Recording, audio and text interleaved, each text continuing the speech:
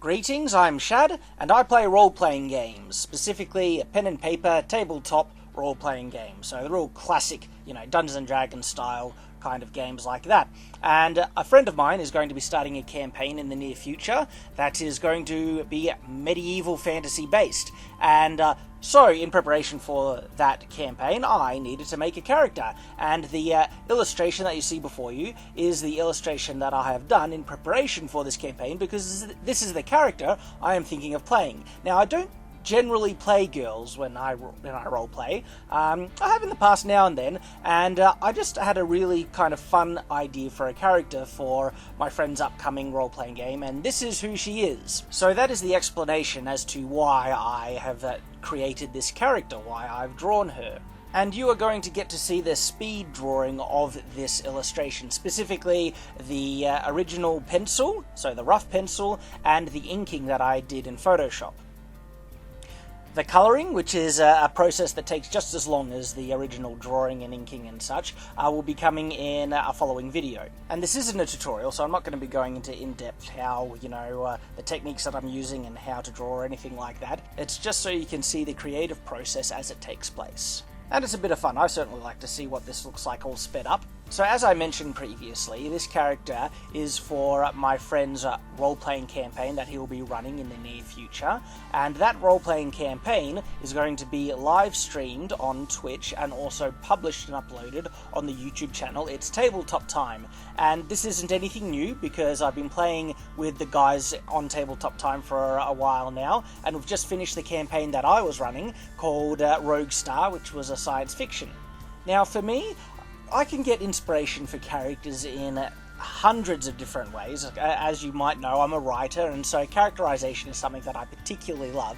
And for this character, I was just thinking, it's going to be fun to play a character that would be very odd to see in the situations that she will be in, and also just, I like contrast sometimes, and flipping literary tropes or even character tropes on their head and doing something that's half the same yet completely different. And so this character that you see me drawing right now is going to be a mercenary, but she's going to be a 16-year-old girl and dealing with all the things that a 16-year-old girl will be dealing with, but also she's going to have a lot of quirks that are that are going to be very funny as well. She's going to only be around 5 foot tall, so she's actually going to be a very short character, but while being 5 foot tall, she is going to be incredibly strong. We're talking like world's strongest man competition level strength. And so it's going to have I find that amuses me. It's going to be a very amusing contrast for someone who's so short yet is going to be so incredibly strong. And as a byproduct of her strength, she actually weighs 150 kilos because all that strength doesn't come in muscle size but in muscle density. Now, I know the implausibility of such a thing, but this is fantasy. And when it comes to fantasy, I am more than willing to, make exceptions in realism for stuff that is just interesting, fun, and cool. And so she's going to be a very girly girl. She's going to like pink. She's going to like, fancy dresses and stuff like that. And then at the same time, when it comes to fighting, she's going to be utterly and completely merciless. She will run into a battle, chop off a guy's head, pick up that severed head by the hair, and beat his friend to death with it. Like, she'll be absolutely merciless. But outside of that, once she's done, doing all the killing that mercenaries do, she'll go and read Pride and Prejudice style books and dream of her Prince Charming that'll come and rescue her. So anyway, these are some of the ideas and thoughts that I'm going to have with her character. As for her name, I'd actually like a bit of help from you guys. If you could give me some of your input, I would appreciate that, because there's 2 names that I can't decide on for naming this character. And the first name I'm thinking of using is Missy. I want just a very simple, cute little name, and Missy, I was thinking, because she was raised by mercenaries from the age of 3 actually, from the age of 3. Her mother abandoned her and these mercenaries took her in, and she was taken in just to kind of peel potatoes, polish armor, clean clothes, and just do all the menial tasks until she actually picked up a weapon and ended up saving the life of one of the members of this mercenary group by gutting one of his opponents, gutting him with a paring knife. And so she showed a great promise in, combative prowess and everything like that, and then she, became a mercenary ever since. But having said that, so she was raised as amongst these mercenaries, and I was thinking the mercenaries just called her Miss, Little Miss, like, hey there, Little Miss, what are you doing? Hey, Missy, come and do that. And that evolved into being her name, and so I was thinking of calling her Missy. Having said that, that fits in, but I'm not sure I like the name Missy. So the other name I'm thinking of is Lily. Lily, just because it's, a cute little, girly kind of name that kind of fits with her character, and so I was thinking Lily. So please let me know what you think. Do you think I should call her Missy, or should I call her Lily?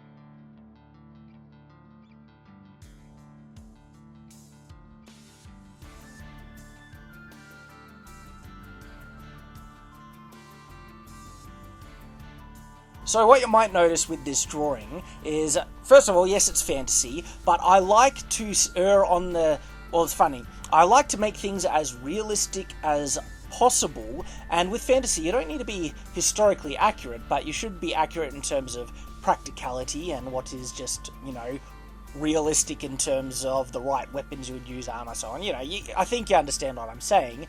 Having said that, I always err on the side of what is awesome. Okay, so if I think something would just be cool, I'll do it because you want it to be cool. Okay, and so even though some of the things that you'll be seeing in this drawing will be mostly historically accurate, there will be inaccuracies in it as well. Like for instance, she's using a greatsword, and that greatsword is massive, really, really big for her, and probably too big for a regular person to use properly. Even though greatswords were really, really big, this is even bigger than some of the larger sizes of greatswords. Well, first bear in mind, she's a shorter person, she's only 5 foot, and also she's incredibly strong, and so there's that.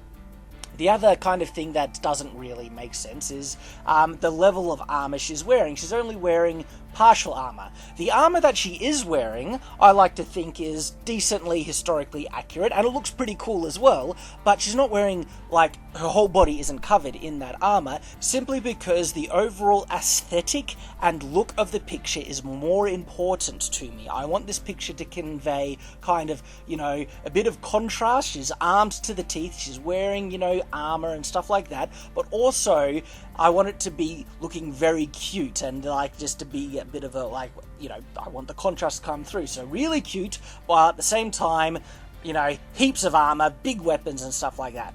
And so yes, I always try and keep historical accuracy in mind, but when it comes to my fiction, I'm going to go with I'm going to keep in mind overall aesthetics and what I feel is awesome. Now, something that I actually kind of really appreciate in this image, you'll see that she's got 2 swords on her, and you might be thinking, well, why is she carrying 2 swords? Well, this is the thing, right? One of the swords is her primary battlefield weapon, and, she's a soldier. Warcraft is her profession, and so it's not odd for her to carry around a big battlefield weapon, and her weapon of choice is a big beefing greatsword. But her sidearm, which is her backup weapon, the type of weapon she'll use if she loses her big weapon, or if she's in a situation where it is just utterly impractical to carry the greatsword around with her, like say if she was just going into town for a stroll to pick up some materials, some items, some supplies and stuff like that, well, she will have a longsword at her side, and so that's the thing. The greatsword, it's a polearm, okay? That's a big, beefy primary battlefield weapon, and her sidearm, her backup weapon, is a longsword. And you will notice that I've drawn on a fold, so it's got the breastplate, and then you've got the fold underneath. even though I've drawn that on, you'll see me later on, I decided to get rid of it because I wasn't happy with the look. Even though the fold is more accurate and it also provides far more protection, I just wasn't happy with the look. And so I experiment with a few different things, as you'll see me get to. I experiment with giving her just pants, shorts, and a skirt, and I ultimately decide to go with a skirt. And I mean, you saw the finished picture at the very beginning of this video, and she's wearing a skirt, and you'll notice that the skirt is kind of piecemeal, sewn together really awkwardly, because this is the other thing with this character. Even though she's a full-on mercenary, her dream is to be a homemaker. She wants to be whisked away by her Prince Charming and then, have a family and live in this picturesque cottage and stuff like that. And so that's her actual dream in life.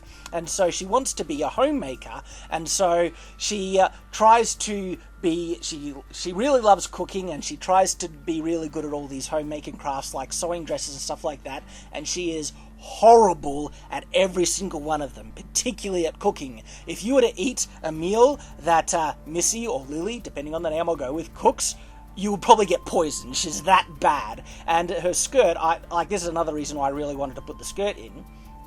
The skirt is there to show and demonstrate how bad she is at that kind of thing, because she made that skirt herself, and it's all sewn together really poorly with really bad stitches and stuff like that. And so that was just a fun little element that just kind of harkens and speaks about her character. So I felt that was not only aesthetically pleasing, it looked better, but it also spoke of her character even more so. And I mean, the bow speaks of her character as well. She's armed to the teeth, and then she has this lovely pretty pink bow on her hair. And so, it's just a fun kind of character idea I have in my head that's going to be hilarious to play. I cannot wait when it comes to me playing this character in the roleplay, and again, that's going to be on Tabletop Time, so when we come to playing that, I can't wait to have Missy volunteer to cook dinner for everyone, because it's going to be hilarious. It's going to be the worst meal they will have ever tasted in their lives, and might even kill some people, so yeah, it's that bad. It's just going to be a lot of fun. So you've seen me just do the pencil work, and then I edit that pencil work in Photoshop, and now I'm inking that line work with the pen tool, again, in Photoshop. And so it's not a full tutorial, but I will at least tell you what I'm doing. And the pen tool is a wonderful little tool, and so I use the pen tool to go over all the lines, and then I stroke those lines using the simulate pressure option. And the result just looks phenomenal. The line work ends up being so crisp and clean. It just looks really, really good.